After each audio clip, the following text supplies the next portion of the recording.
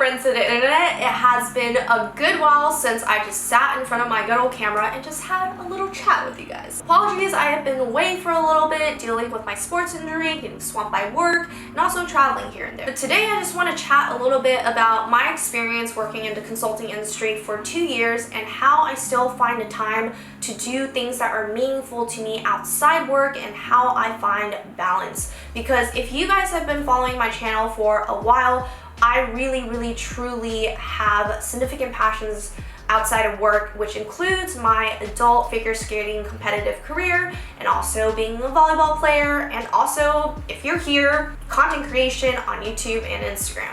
I am a huge believer in that work should not be your end-all be-all identity. Like, even if you land your absolute dream job, which, let's be real, that is not the case for 99.99999% of us. Even so, it's probably not healthy to make your job your entire life. And I also hate how after college or high school or whatever transitional period where you enter official adulthood, that all of a sudden things outside of work just stop mattering. If you played sports in high school or college, well, congrats, welcome to adulthood. That's no longer a thing. Like, if you didn't go pro and this is not your job, doesn't mean anything anymore. We get pushed by society to have this like all or nothing mentality that if this thing is not our career, then we kind of have no business as adults in trying to invest substantial time, effort, energy, money, whatever it is, into something that you're passionate about outside of work, which in my opinion is a recipe to disaster in trying to have a fulfilling life. I also tend to like to stray away from the word hobbies, and it almost makes something that you value a lot less significant. So the way hobbies are typically defined are things that we do in our free time instead of things that are significant and meaningful to us that we make time for. Okay, so with that, I'm gonna shut up about all my personal philosophy and mantra, and let's just jump into some of the tips and tricks that will hopefully help you guys also find a balance in working a tough career and things that are meaningful to you in your personal life. Okay, so first tip number 1 is rather industry agnostic, and that is don't be embarrassed or afraid to set important goals and significant goals for yourself that are not work related. For those of us who work long hours, we may have very little windows of time outside of work, but that doesn't mean those windows can't be significant. This is easier said than done because I totally understand that after churning deck comments from your managing director or partner and chasing down non-existent model assumptions to build your model, the last thing you want to do is do something productive and meaningful for your time, and you just straight aim for the couch, ice cream, and Netflix. I think part of the reason why that us adults don't set these important or meaningful personal goals outside of work is there's this societal implication or this norm that once you're an adult, your life centers around work. So it's almost embarrassing to admit that you have passions and dreams and things you want to achieve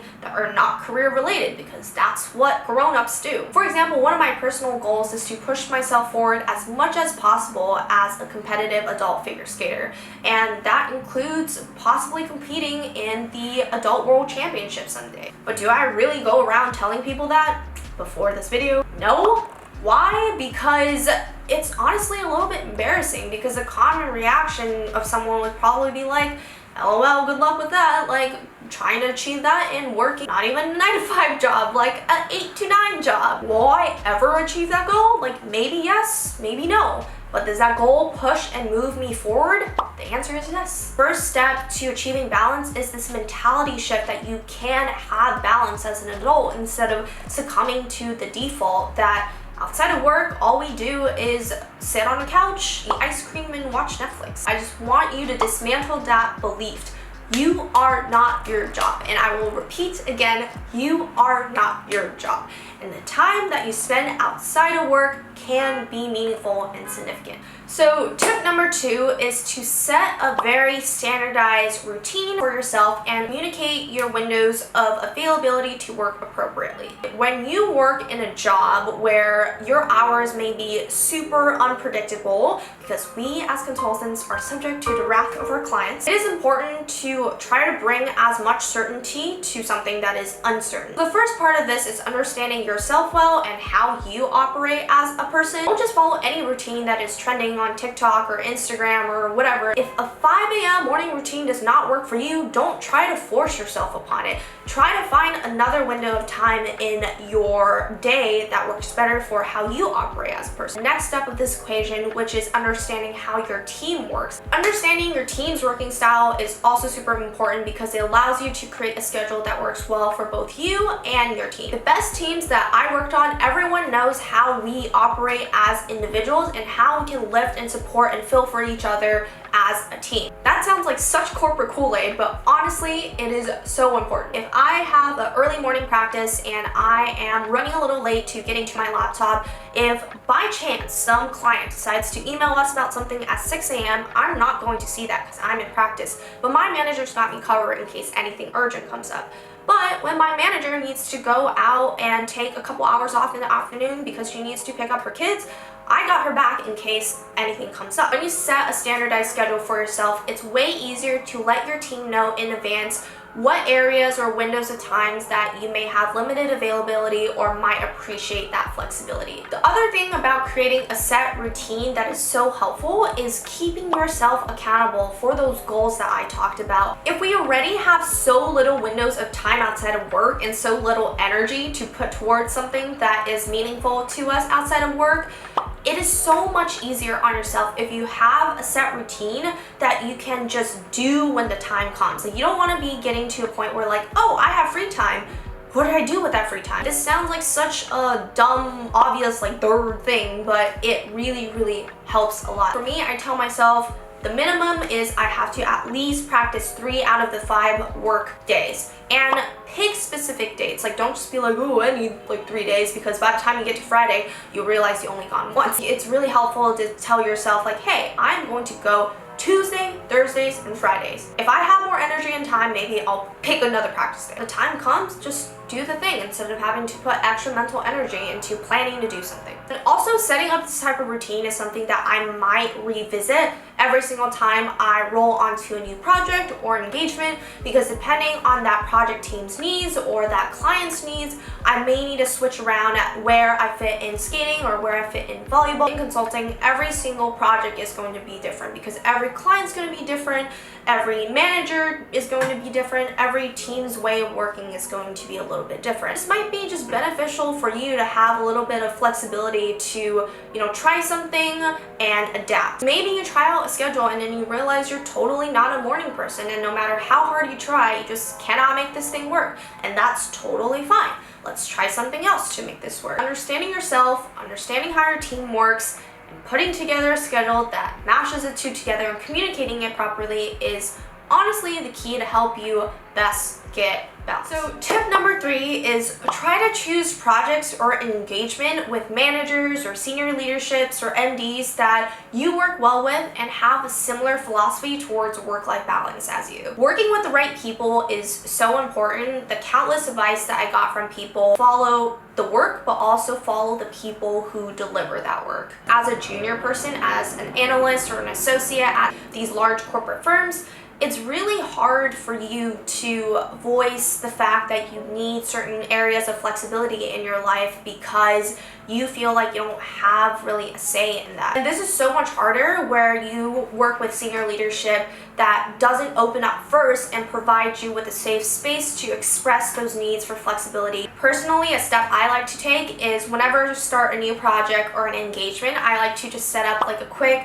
15-minute or 30-minute meeting or touch base with my manager. If I never worked with that person before, especially, this is important, where I just get to learn a little bit more about how they work and they get to know a little bit about me, and it gives me kind of an opportunity and a space to express certain areas of flexibility that may be meaningful and important to my life and see if we can work something out. I think the other sad reality, I feel like I keep saying sad reality, it sounds super depressing. When you work for such a large corporation, there's going to be very little people that advocate for you if you don't advocate for yourself. So self-advocacy is one of the most important things that you can do as a more junior person in your career, because if you don't speak up for yourself, the baseline assumption is that you just have no voice. From personal experience, especially when I first started, it's really scary to try to speak up because you don't want to be viewed as that one analyst who is lazy or that one analyst who is not accommodating. because then no one's going to want you on their project, which is not the case. If you can prove yourself that you can be productive and deliver excellent work in times that you are working, you should hopefully feel empowered to be able to speak up. The thing about consulting is, yes, there is generic firm culture. Certain said firms are known to work their employees to the bones, and all the managers are kind of attuned to that way of working. Even within all of these firms, definitely still a diversity in terms of how people work as human beings. So I encourage you to find the people at your firm, find the senior leaders, find the mentors that kind of understand this idea of balance and you work well with, and follow them. When they're starting a new project, see if you can get on that project. The whole learning experience and the whole like career progression thing is so much better when you work with the right people. And I think consulting is one of those unique industries where that is quite possible, especially if your firm operates on a network-based staffing model, which means that you get to pick your projects and the project also gets to pick you. So it's kind of like a mutual selection process, like almost think Rush. In Greek life, I do not want to think about that. But this gives you more control to say what type of project you want to be on and what type of people you want to work with. And if you do have that control, please take advantage of it and drive your own career, because I promise you, from both a career perspective and a just mental health and work-life balance perspective, you will be so much happier when you work with the right people. Tip number 4 is understanding what compromises you have to make and if you're okay with those compromises. So this is a little bit kind of a prioritization exercise. There's going to be some things that you're going to have to give up, whether it's giving that piece up maybe only 10%, or giving up a big part of it. You have to say, am I okay with giving up not going out and drinking every Friday night because I have to get to bed early so I get enough rest so I can continue my morning schedule like the way I wanted to. And these decisions are not just how I arrange my schedule, but also thinking about harder questions that are career related. A lot of tough corporate industries, you have to ask yourself, am I okay with not getting the bigger bonus or the fast track to promotion for a bit of work-life balance? It doesn't mean that you have to give up 100% of your chances of having a fast track to a promotion, or give up 100% the stuff that you're passionate about outside of work. Those two things ideally should not be a zero-sum game. Yes, in the reality of things, if you are comparing yourself to someone who just slaves away all the time, is there going to be like a 90% chance that that person gets promoted and maybe like an 80% chance that you get promoted? Yes, that is the reality thing. And is that 10% difference of a risk in terms of potentially getting fast track to promotion or not? Is that something that I'm willing to compromise on? That 10% risk. Some things outside of my life, like figure skating and volleyball and sports, that I say, yes, that is meaningful enough for me to sacrifice whatever percentage of risk that might set me apart from the person who may get fast track to promotion. And there are some other things that I say, no, that's not worth it. I would rather prioritize my career. There are ways that you can try your best shot at achieving both, but understand that by doing one or the other, you're reducing your chances of getting this one thing. And if you're okay with that, then you're golden. It's all about being okay with the compromises that you choose for yourself and your life. All right, last one, and arguably one of the hardest ones, at least for me, is learning to say no to things at work. This is something I'm still working on. A lot of analysts or associates or more junior people struggle with a lot, because it's almost like when someone senior comes to you asking for help on this or help on that, obviously don't say no all the time, because those are career opportunities that you can really grasp. But that doesn't mean that every time someone asks you, you need to say yes, even though your plate is completely full. That doesn't benefit you, but that doesn't also benefit the person that's asking you for help. Like, if you think about it this way, maybe it's easier to say no. A lot of the times, more junior people say yes because we don't want to disappoint. But But if you overcommit yourself and under-deliver, that is way worse. You will disappoint that person a lot more than if you just said no flat out in the first place and they were able to reach out to someone else who can help them better. I think that's something you can offer too. You can say no, but hey, I know this other great person that is really talented. Maybe I can connect you with that person and that person can help you better because my plate is just completely full at the moment. And I think that level of transparency is something that people really do appreciate. And I'm just telling you from personal experience, from working with people who overcommit and underdeliver, it is the most frustrating thing of all time. In those situations, I would rather have someone just tell me, hey, no, I can't do this. So with that in mind, always practice and ask yourself, is my plate too full? And if it is, say no. So to close out today's chat, I'd say one thing is that balance is not something that is easy to achieve. Especially when you work a hard job, balance is something that you have to put extra effort into. And I think one thing that I want all of us to understand is that having balance is also a privilege. I think this is a conversation that we don't have often, is that privilege makes balance way more achievable.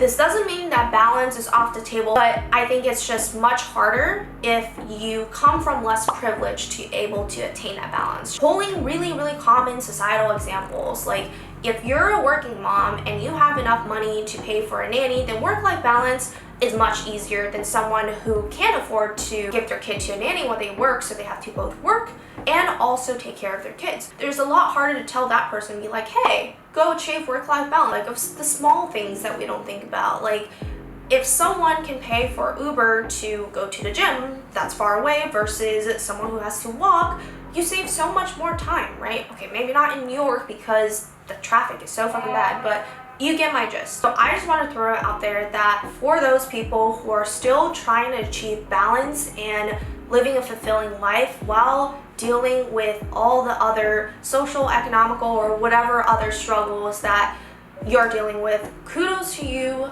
Give yourself a pat on the back because achieving balance is hard work, but that doesn't mean that everyone can hopefully get some degree of that. Alright, I'm gonna shut up and stop rambling, but just want to say thank you guys so much for staying to the end. I appreciate it so much. Please like, comment, and subscribe if you like to see more content like this. Or honestly, you guys let me know in the comments below what type of content you guys would like to see and what would help you, because knowing that I can help you guys makes me so much more motivated to create and make these videos. So let me know if you want to see more about my adult figure skating career, which is definitely, there's going to be a lot more content to come on that as I'm preparing a new program for sectionals and nationals for 2023. Maybe you guys want to hear me talk about volleyball because that's something that was a big part of my life that I never shared on this channel before, or more lifestyle videos or more career focused videos. Like, you guys let me know what you want, and I honestly really love doing these more intimate chats with you guys and hoping I can help someone. Thank you so much. I'm going to stop rambling, and until next time, bye. So today I am tired.